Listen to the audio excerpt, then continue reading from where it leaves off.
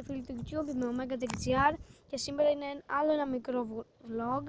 Απλά θα δείξω τα σκυλιά του παππού μου, τα οποία είναι πολύ ωραία. Δεν είναι όπως τον Άλεξ, αυτή εδώ είναι η Αραπίνα. Όχι, δεν κάνει αυτό.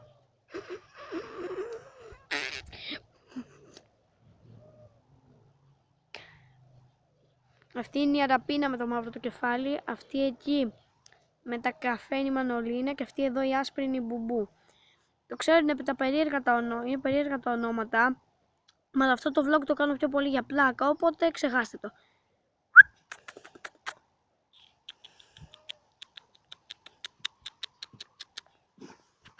Είναι καλά σκυλάκια άμα δείτε, απλά επειδή δεν με ξέρουν, γιατί έρχομαι λίγες φορές εδώ, φοβάμαι μην με δαγκώσουν πιο πολύ γι' αυτό.